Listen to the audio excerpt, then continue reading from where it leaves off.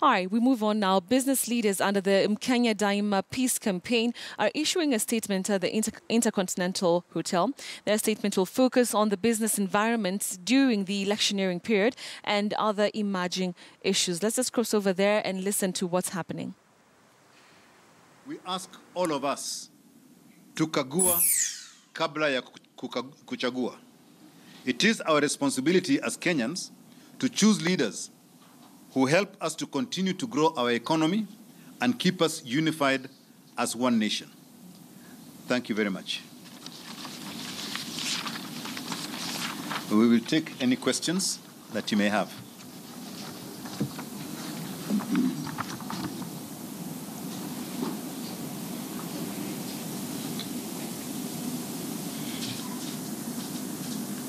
And if you do, please say which media house you represent.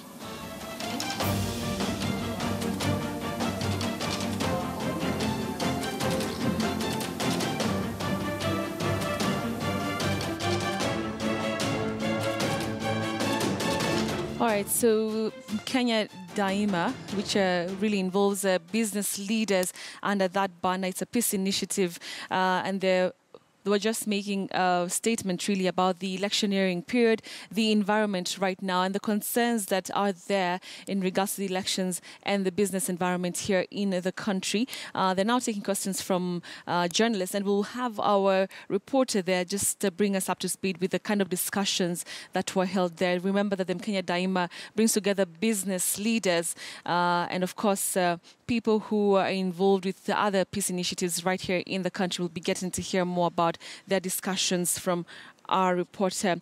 Let's just go back there and listen into more of the questions that are being forwarded to them. It's unusual, and we expect the same to happen. The worst we had, obviously, was in 2008 with the post-election violence, when we had a 7% drop, and that is understood why. So it will happen, yes, but it is not unusual in any situation.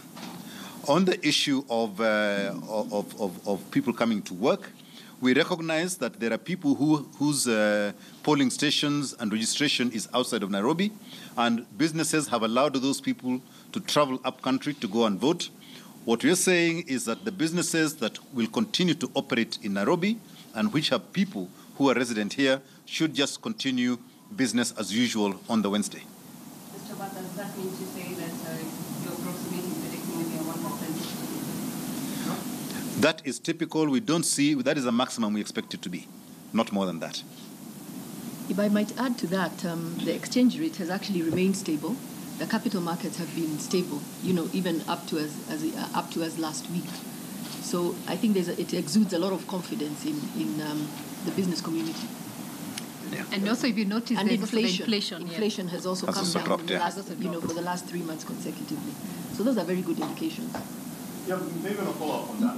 When you say you expect those kind of effects, when exactly are you talking about? Like, are you already seeing this happening, or is it during the election or after the election?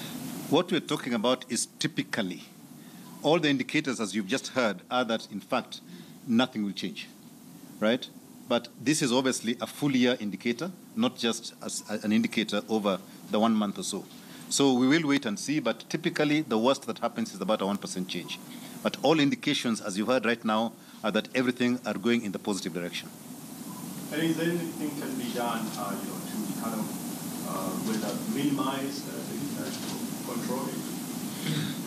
Globally, every investor has got their own view, right? And a lot of the thing that you see about the GDP going down and so forth, the investors that tend to be jittery are what you call financial institutions, not people who are investing in factories, those who are putting in major infrastructure projects and so forth. Those people will continue. But what you find is a small flight of capital. Investors don't put as much as they would have put in at that given time, and then they come back. So, I mean, in France recently, in the elections, and in the US as well, last year, exactly the same thing happened. Yes? Hi, my name is Andrea, the Exchange. I have a question. Yesterday there was a documentary in KTN about politicians bragging. What is your stance on such issues which are very captured on camera about politicians bragging?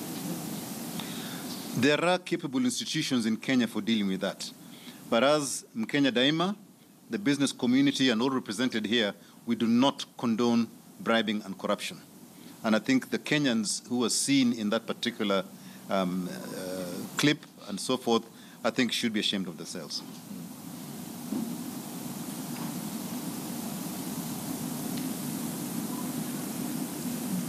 We also have some religious leaders, so if you would like to ask some questions. And we also have student leaders right here. So Mkenya Daima, as we said, it's a combination of all the different sectors. So if you have questions for any of the sectors, please feel free, so that we're not only constrained to business questions.